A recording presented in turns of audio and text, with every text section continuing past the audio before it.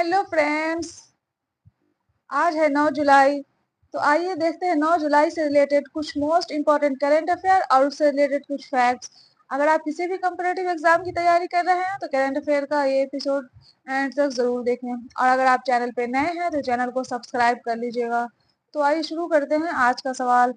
सवाल नंबर 1 है, हाल ही में 22वें भारत रूस वार्षिक शिखर सम्मेलन का आयोजन कहाँ किया जा रहा है? ऑप्शन ए है नई दिल्ली, ऑप्शन बी है मॉस्को, ऑप्शन सी है हैदराबाद या ऑप्शन डी है मुंबई। सही जवाब है ऑप्शन बी, मॉस्को। हाल ही में 8 और 9 जुलाई को प्रधानमंत्री नरेंद्र मोदी रूस की आधिकारिक यात्रा पर रहेंगे और इस यात्रा के दौरान रूस के मॉस्को में आयोजित 22वें भारत रूस वार्षिक शिखर सम्मेलन में भाग लेंगे। भारत रूस वार्षिक शिखर सम्मेलन में defence, investment, energy, corporation, education, culture आदि प्रमुख मुद्दों पर दोनों देशों के बीच चर्चा किया जाएगा। और अब तक भारत और रूस में बारी बारी से 21 वार्षिक शिखर सम्मेलन हो चुके हैं। 21वां शिखर सम्मेलन 6 दिसंबर 2023 को नई दिल्ली में हुआ था। आइए देखते हैं अगला नंबर सवाल। सवाल नंबर 2 है, हाल ही में ईरान के 9वें राष्ट्रपति कौन बने हैं? ऑप्शन ए है मसूद पेजिशकियान, ऑप्शन बी है क्लाउडिया शिनबान, ऑप्शन सी है सिरिल रामफोसा या ऑप्शन डी है शहबाज शरीफ। सही जवाब है ऑप्शन ए, मसूद पेजिशकियान। हाल ही में ईरान के राष्ट्रपति चुनाव में मसूद पेजिशकियान 53.7% वोटों से जीतकर ईरान के नए राष्ट्रपति बन गए हैं। उन्होंने कट्टरपंथी नेता शाहिद जलीली को हराया है और ईरान के पूर्व राष्ट्रपति इब्राहिम रईसी की 19 मई को हेलीकॉप्टर क्रैश में मौत हो गई थी।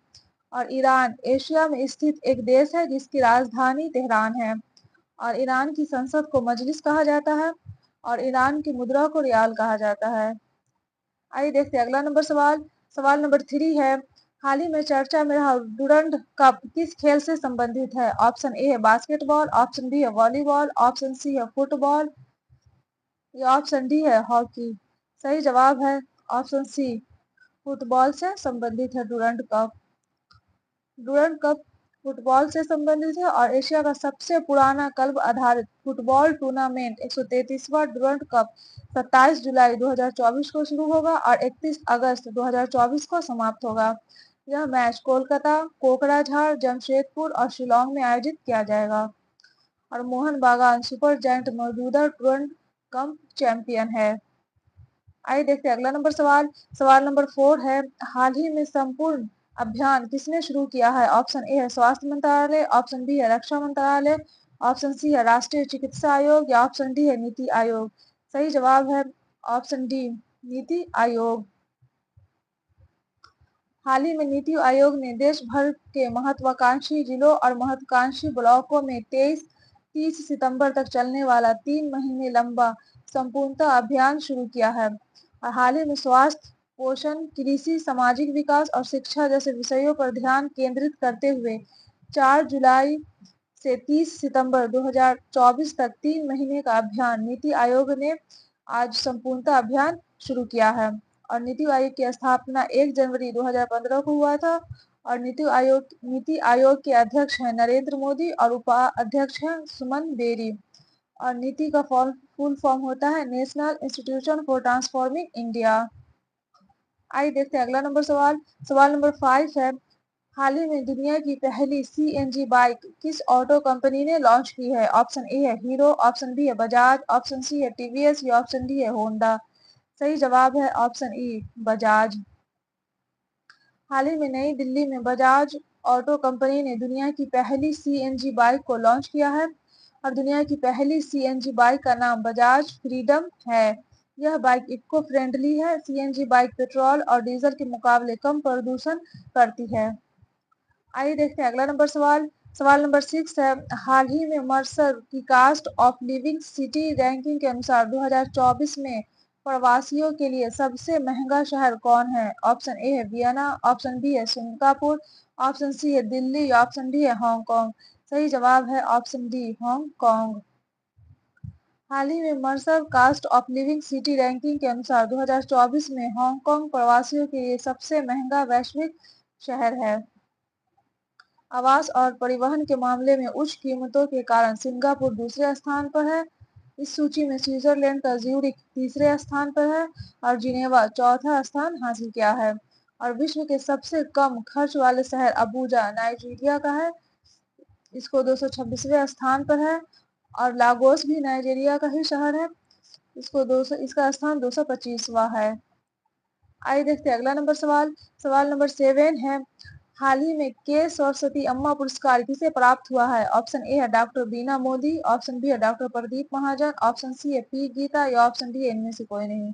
सही जवाब है ऑप्शन सी पी गीता।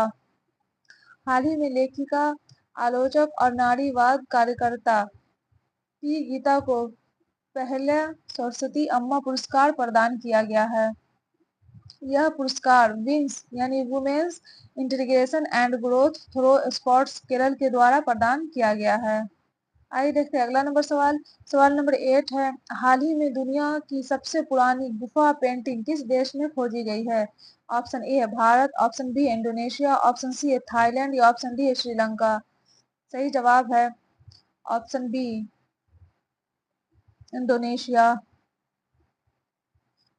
हाल ही में इंडोनेशिया के साथ सुलावेसी प्रांत के मारोस पंगकेप रीजन में लियांग करम्पुआन के अंदर से दुनिया की सबसे पुरानी गुफा पेंटिंग की खोज की गई है।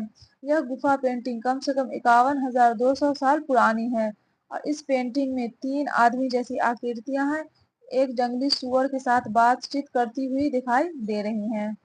आइए देखते हैं अगला नंबर सवाल। सवाल नंबर 9 है, हाल ही में किसे झारखंड उच्च न्यायालय के 15वें मुख्य न्यायाधीश के रूप में नियुक्त किया गया है?